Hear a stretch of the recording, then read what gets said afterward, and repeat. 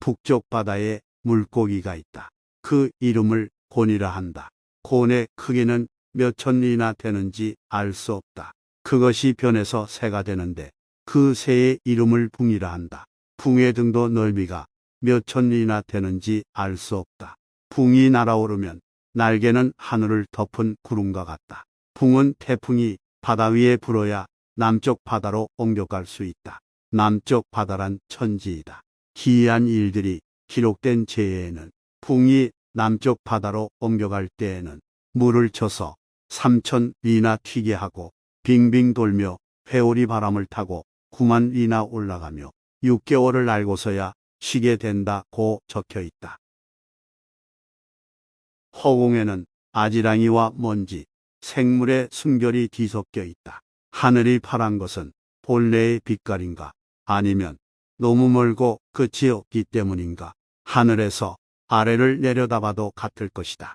물이 깊지 않다면 큰 배를 이을 만한 힘이 없다. 한 잔의 물을 오목 한 곳에 채우면 겨자씨는 그곳에서 배가 되어 뜨지만 잔을 놓으면 바닥에 닿게 된다. 물은 얕은데 배는 크기 때문이다. 강한 바람이 두텁게 받쳐주지 않으면 큰 날개를 띄울 힘이 없다. 9만 리를 올라가면 바람이 그만큼 아래에 있게 되고 그렇게 된 다음에야 바람을 탈 수 있게 된다.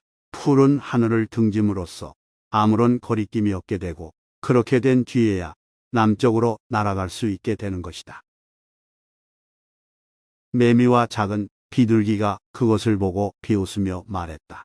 우리는 날아서 느릅나무나 박달나무 가지에 간신히 오르는데 어떤 때는 그곳에도 못 오르고 땅에 떨어지는 경우도 있다. 무엇 때문에 9만 리나 높이 올라 남쪽 바다로 가는가? 가까운 교회에 가는 사람은 세 끼 밥만 먹고 갔다 와도 배는 여전히 부를 것이다. 100리 길을 가는 사람은 전날 밤에 양식을 째어 준비한다. 1000리 길을 가는 사람은 석 달 동안 양식을 모아 준비한다. 이 두 짐승이 무엇을 알겠는가? 작은 지혜는 큰 지혜에 미치지 못하고 짧게 사는 것은 오래 사는 것에 미치지 못한다. 어떻게 그것을 알 수 있는가? 하루살이 버섯은 금음과 초하루를 알지 못하고 스르라미는 봄과 가을을 알지 못한다. 이것들은 짧은 기간 동안 사는 것들이다. 초나라 남쪽에 명령이란 나무가 있었는데 500년을 봄으로 삼고 500년을 가을로 삼았다 한다. 태고에 태춘이란 나무가 있었는데 8,000년을 봄으로 삼고 8,000년을 가을로 삼았다 한다. 이것들이 오래 사는 것들이다. 팽조는 지금까지도 오래 산 사람으로 유명하다. 보통 사람들이 그에게 자기 목숨을 비교하려 한다면 슬픈 일이 아니겠는가? 탕임금이 그에게 물었을 때도 그런 대답을 했다. 탕임금이 그에게 물었다. 상하사방에 그 끝이 있는가? 극이 말하였다. 끝이 없습니다. 궁발의 북쪽에 명예라는 바다가 있는데 그것이 천지입니다. 그곳에 물고기가 있는데 그 넓이는 수천 리에 달하고 그 길이는 아는 사람이 없습니다. 그 이름을 곤이라 합니다. 그곳에 새도 있는데 그 새의 이름은 붕이라 합니다.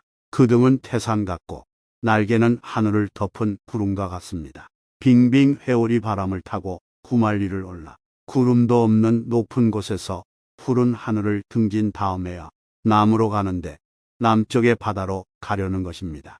작은 메추리가 그곳을 보고 비웃으며 말했습니다. 저것은 어디로 가려는 것인가? 나는 힘껏 날아올라도 몇 길도 오르지 못하여 내려오고 숲대 사이를 오락가락하지만 이것도 역시 날아다니는 것이다. 그런데 저것은 어디로 가려는 것인가? 이것이 작은 것과 큰 것의 차이다. 지혜는 벼슬 하나를 감당할 만하고 행동은 한 고을에서 뛰어나고 덕은 한 임금을 받들기에 적당하고 능력은 한 나라의 신임을 받을 만한 사람이 자신을 보는 것도 이 메추리와 같다. 송영자는 그런 사람들을 보면 웃었다. 그는 온 세상이 칭찬을 한다 해도 즐거워하는 일이 없었고 온 세상이 비난을 한다 해도 기죽는 일이 없었다. 그는 자기 자신과 밖의 일의 분수를 잘 알고 영예와 치욕의 한계를 알고 있었으므로 그럴 수 있었다. 그는 세상 일에 대해 급급하지 않았다. 그렇지만 아직도 완전하지 못한 부분은 있다. 열자는 바람을 타고 다녔다. 한 번 나서면 15일이 되어야 돌아왔다. 그는 바람에 연연하여 마음 졸이는 일이 없었다. 그러나 걸어 다니는 것을 비록 면했다 해도 아직도 의지하는 데가 있다. 만약 하늘과 땅의 참 모습을 타고 날씨의 변화를 따라 무궁함에 논이는 사람이 있다면 그는 어디에 의지하는 데가 있겠는가? 그러므로 지인은 자기가 없고 신인은 이룬 공이 없고 성인은 이름이 없다고 하는 것이다. 요임금이 천하를 물려주려고 호유에게 말했다. 해와 달이 나와 있는데도 횃불을 끄지 않는다면 그 빛이 무슨 의미가 있겠습니까? 때맞춰 비가 왔는데도 여전히 물을 댄다면 그 노력이 무슨 의미가 있겠습니까? 선생께서 즉위하시면 천하가 잘 다스려질 것인데도 제가 그대로 주인 노릇을 하고 있습니다. 제 스스로 부족함을 느끼고 있으니 부디 천하를 받아주십시오. 호유가 대답했다.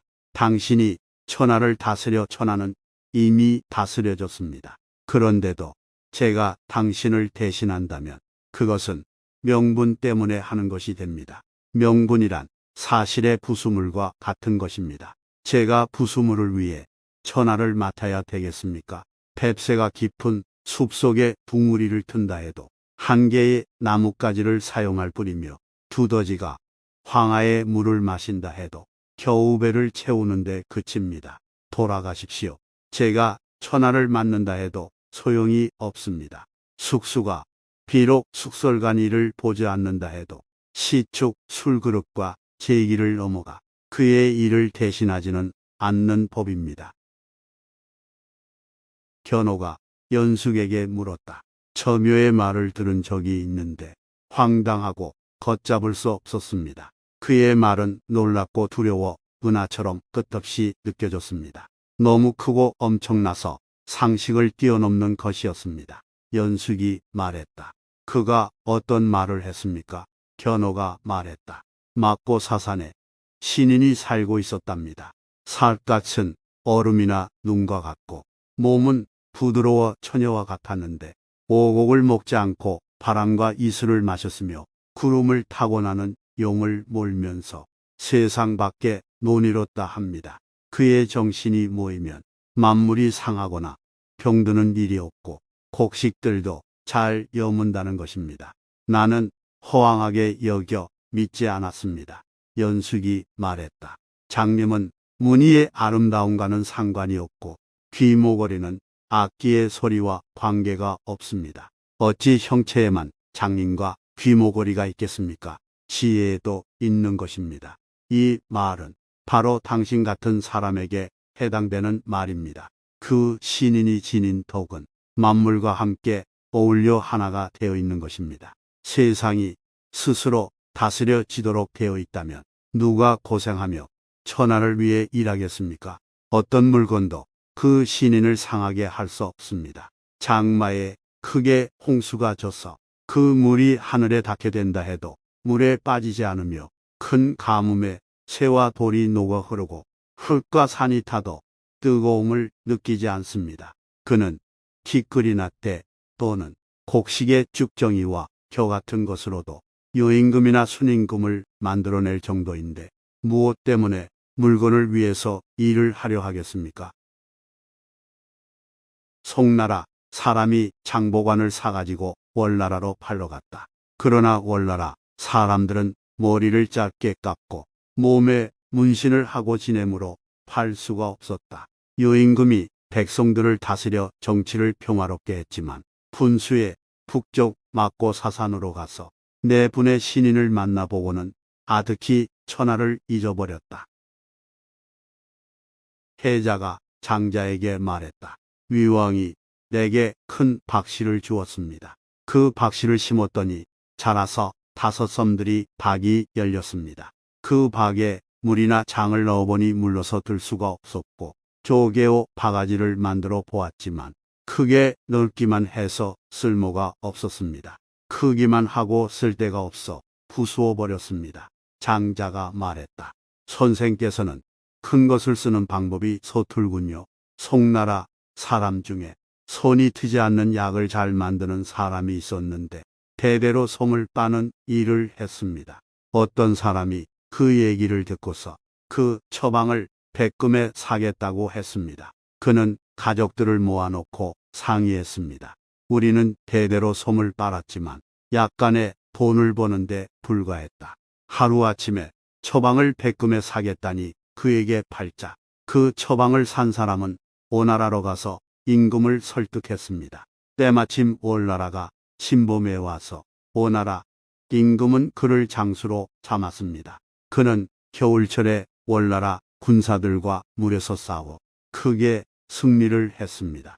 그 결과 그는 오나라에서 땅까지 봉해받았다 합니다. 손을 트지 않게 하는 방법은 같은데 한 사람은 나라의 땅을 봉해받고 한 사람은 손 빠는 일을 면하지 못한 것은 쓰는 방법이 달랐기 때문입니다.